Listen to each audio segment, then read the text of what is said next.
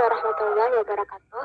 Kami dari kelompok 2 yang beranggotakan Siti Sofah, Laila Rahma Busriani, dan Ahmad Maulana BH.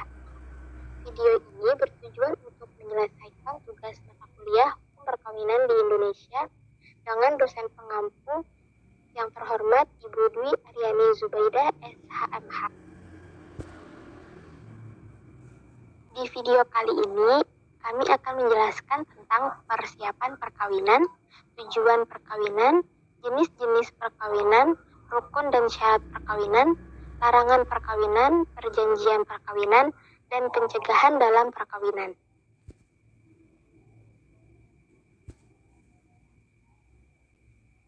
Persiapan dalam perkawinan adalah salah satu yang penting untuk melanjutkan hubungan ke jenjang pernikahan dalam mencakup beberapa aspek, diantaranya adalah persiapan calon mempelai, persiapan hukum dan syariah, serta persiapan anggaran yang dibutuhkan. Berikut merupakan persiapan pernikahan dalam Islam. Calon mempelai adalah orang yang akan menikah, maka sebelum acara pernikahan, tentunya calon mempelai harus sudah memiliki kesiapan sebagai berikut. Persiapan fisik. Ia telah mencapai akil balik dan telah siap memenuhi tugasnya sebagai seorang istri maupun sebagai seorang suami, dan sebaiknya periksa kesehatan tubuh terlebih dahulu, terutama yang menyangkut masalah reproduksi. B. Persiapan mental. Setelah menikah, maka sebaiknya mempelai mempersiapkan mentalnya agar ia mampu menerima segala tanggung jawab sebagai seorang suami maupun seorang istri. C. Persiapan spiritual. Seseorang yang menikah hendaknya meminta petunjuk dari Allah Subhanahu wa Ta'ala dan mendekatkan diri kepadanya agar pernikahan nantinya sesuai dengan syariah. D. Persiapan ekonomi. Sebaiknya sebelum melaksanakan pernikahan, baik pria maupun wanita telah memiliki kesiapan material, terutama bagi pihak mempelai pria yang nantinya akan mencari nafkah bagi keluarganya. E. Persiapan sosial. Segala hal yang menyangkut kedudukan seseorang di masyarakat, sebaiknya memiliki hubungan yang baik dengan masyarakat. F. Persiapan hukum dan syariah. Sebelum menikah, pasangan terlebih dahulu mengurus segala dokumen kenegaraan yang diperlukan untuk menikah dan mendaftarkannya di KUA dan mempersiapkan segala syarat dan rukun pernikahan. Terakhir G. Persiapan anggaran dan materi. Meskipun hal ini tidaklah wajib, seseorang menggelar pesta yang meriah untuk pernikahannya. Namun tetap saja dalam melangsungkan pernikahan ada biaya yang harus dikeluarkan.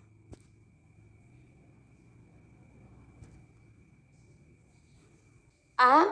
Untuk memenuhi sunnah Rasul merupakan salah satu bagian dari ibadah atau pengabdian hambanya kepada Sang Pencipta untuk melanjutkan regenerasi kemanusiaan. B. Untuk memperoleh dan melanjutkan keturunan yang soleh dan solehah yang sah menurut syariat. C. Untuk memenuhi tuntutan naluriah manusia. D. Untuk membentuk rumah tangga yang sakinah, mawaddah, dan warohmah. E. Untuk terlaksananya pergaulan antara umat manusia, baik secara individu maupun kelompok yang saling menghormati. F. Untuk menumbuhkan aktivitas hidup dalam mencari rezeki yang halal.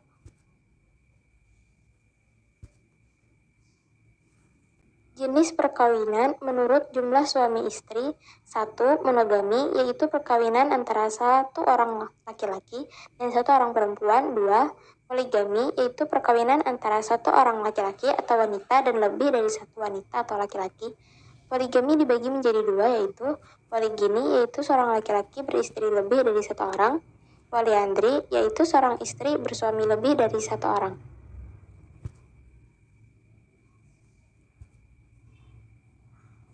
Rukun nikah itu ada 5. Yang pertama terdapat calon pengantin laki-laki lan bibiniannya lo nang tidak terhalang secara syar'i untuk menikah.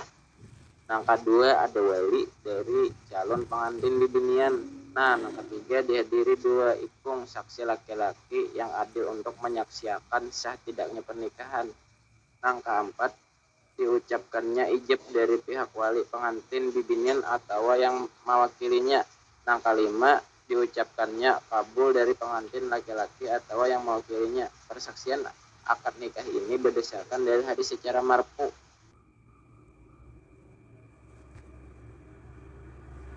Dan beberapa larangan pernikahan itu yang dilarang Allah lawan Rasulnya itu ada nang kaya nikah sigar, nikah mut'ah, nikah dengan wanita nang belum idah, nikah muhalil lawan nikah dengan orang nang sedang menjalankan ihram.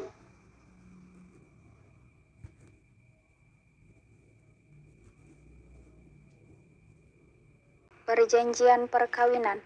Perjanjian dalam perkawinan. Pada umumnya, perjanjian perkawinan dibuat dengan beberapa alasan, antara lain: yang pertama, apabila terdapat sejumlah harta kekayaan yang lebih besar pada salah satu pihak dari pihak yang lain. Yang kedua, kedua belah pihak masing-masing membawa masukan yang cukup besar. Ketiga, masing-masing mempunyai usaha sendiri-sendiri, sehingga andai kata salah satu jatuh, maka yang lain tidak tersangkut. Yang keempat, atas utang-utang mereka yang mereka buat sebelum kawin, masing-masing akan bertanggung jawab sendiri-sendiri. Yang kelima, keinginan untuk mendapatkan hak milik atas tanah apabila menikah dengan warga negara asing. Perjanjian perkawinan sebenarnya muncul dari budaya barat. Keabsahan suatu perjanjian perkawinan juga tunduk pada ketentuan syarat sah perjanjian. Pada umumnya, perjanjian harus dibuat dengan memenuhi 4 syarat. Yang pertama, sepakat mereka yang mengikatkan dirinya. Yang kedua, kecakapan untuk membuat perikatan. Yang ketiga, suatu hal tertentu. Dan keempat, suatu sebab yang diperbolehkan. Dalam KHI pasal 45 yang mengatur mengenai perjanjian perkawinan, dinyatakan bahwa kedua calon mempelai dapat mengadakan perjanjian perkawinan dalam bentuk taklik talak dan perjanjian lain yang tidak bertentangan dengan hukum Islam. Pada waktu atau sebelum perkawinan dilangsungkan, kedua calon mempelai dapat membuat perjanjian tertulis yang disahkan pegawai pencatat nikah mengenai kedudukan harta dalam perkawinan.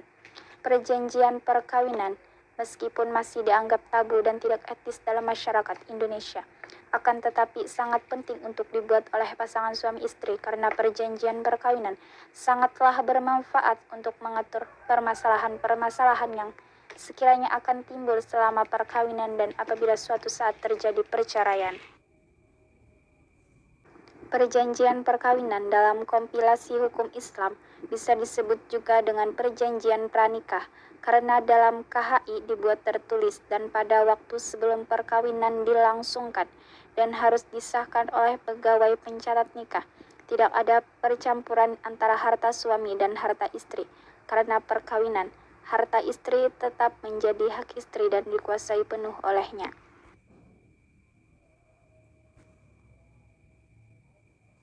Pencegahan dalam perkawinan adalah menghindari suatu perkawinan berdasarkan larangan hukum Islam yang diundangkan.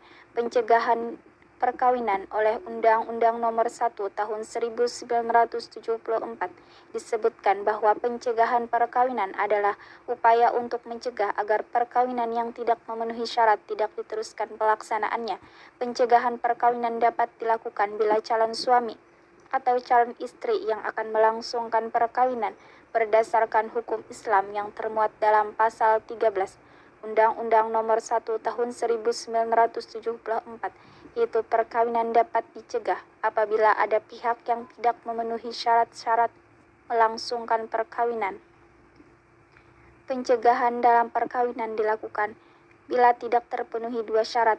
Syarat yang pertama yaitu syarat material, yaitu yang berkaitan dengan pencatatan perkawinan, akad nikah, dan larangan perkawinan.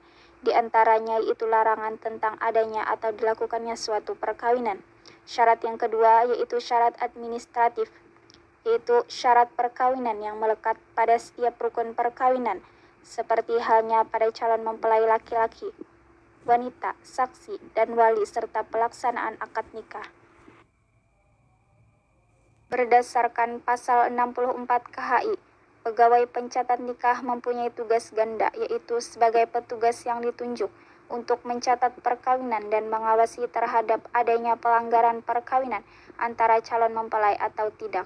Apabila pegawai pencatat nikah berpendapat bahwa perkawinan akan dilaksanakan terdapat larangan menurut undang-undang perkawinan, maka ia akan menolak melangsungkan perkawinan.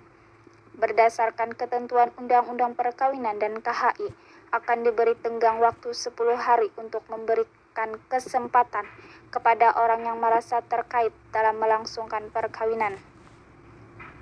agar mengajukan keberatan-keberatan ke pengadilan agama jika dipandang rencana perkawinan calon mempelai terdapat larangan-larangan atau syarat dan rukun yang belum terpenuhi. Dan video materi dari kami, mohon maaf jika ada kesalahan kata. Wassalamualaikum warahmatullahi wabarakatuh.